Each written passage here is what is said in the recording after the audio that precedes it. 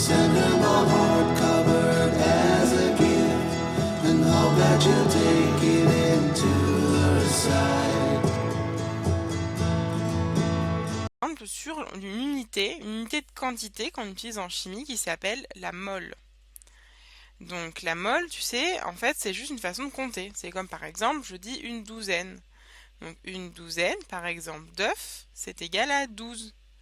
Et en fait, de la même façon, bah, une mole, c'est égal à 6,022 10 puissance 23. Sauf que tu vois, on ne dit pas une mole d'œuf, parce que c'est vraiment énorme, énorme, énorme, énorme. Et en fait, cette mole, on l'utilise justement parce que quand on doit quantifier des quantités d'atomes, bah, c'est hyper pratique, d'atomes ou de molécules d'ailleurs, parce que tu vois que des atomes ou des molécules, on en a vraiment beaucoup, beaucoup. Euh, quand tu prends une cuillère de sel que tu mets dans l'eau, bah, il y a plusieurs moles d'ions dans ton verre d'eau, tu vois, donc c'est vraiment pour ça qu'on l'a défini comme ça, parce que c'est très très pratique. Et donc en fait, cette unité de mol, elle est extrêmement pratique parce que du coup, on a référencé plein de choses relatives à une mole de molécule ou d'atome. Et donc par exemple, si je te dis, je te donne une mole d'atome. Donc une mole de, par exemple, carbone, on va dire, de carbone. Eh bien, grâce à cette donnée, il suffit que tu regardes dans le tableau périodique et tu sauras me dire combien de grammes de carbone ça correspond. Alors, on prend le tableau périodique. Et donc ce qu'on voit, c'est que donc si je regarde comment lire mon tableau périodique, je vois qu'en fait en haut à gauche de chaque case, j'ai ce qu'on appelle la masse atomique relative. Et en fait, c'est la même chose que la masse molaire. Et d'ailleurs, ce tableau périodique, il te donne aussi le nombre atomique. Et si tu regardes, il y a un rapport entre le nombre atomique et la masse atomique relative. C'est environ 2 fois. Tu vois, par exemple, 4, bah, ça te fait 9. Donc, bon, à peu près, enfin, de l'ordre de grandeur du double, quoi, si tu veux. Pour le carbone, 6 et 12. Pour l'azote, 7 et 14. Pour quoi d'autre? Bah voilà, pour le cobalt, 27 et presque, voilà, 58.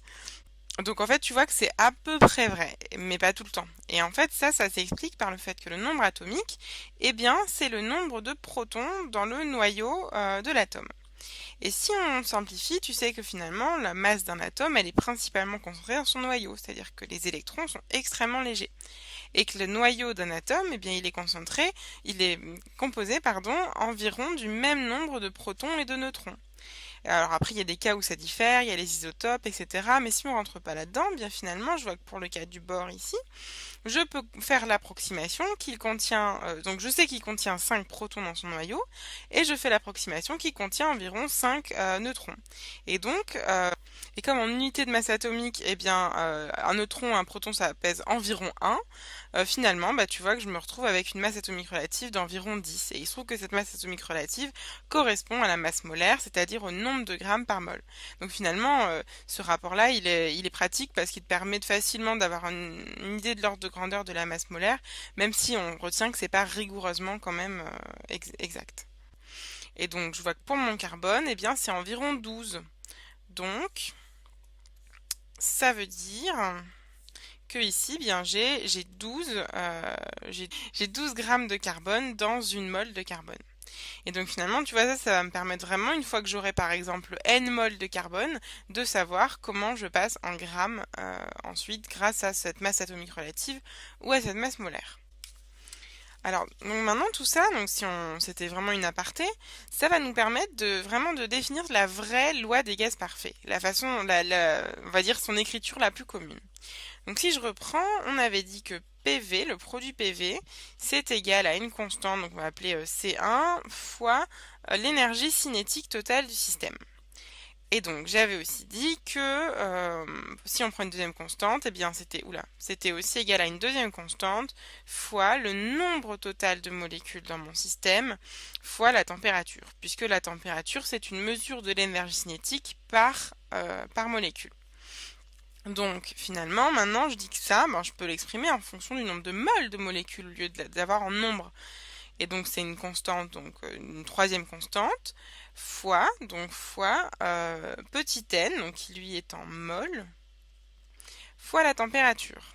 Et alors là je vais l'écrire un peu différemment, on va écrire donc que tout ça finalement ça peut s'écrire PV égale le petit n en mol, R, donc la constante de l'appeler C3 je l'appelle RT. Et c'est ça la loi des gaz parfaits de la manière la plus commune, c'est PV égale nRT. Et alors s'il y a une chose que tu dois retenir vraiment dans tout le cours de thermodynamique, c'est cette loi. Ça va te permettre quasiment de tout résoudre. Enfin, j'exagère un peu, mais en tout cas, si tu le sais pas, tu vas être très très vite embêté.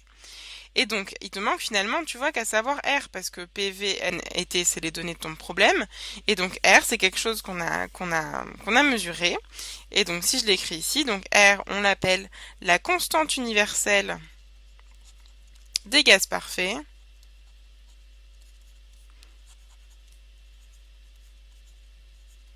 Et alors, R, c'est égal à, donc là encore, une grandeur à retenir, 8,31 cette fois des joules divisé par des moles. Hop. Et donc ça, vraiment, c'est quelque chose d'important. Et alors, si on fait une petite analyse dimensionnelle rapide, ben on voit effectivement que ça, c'est des joules, on a dit.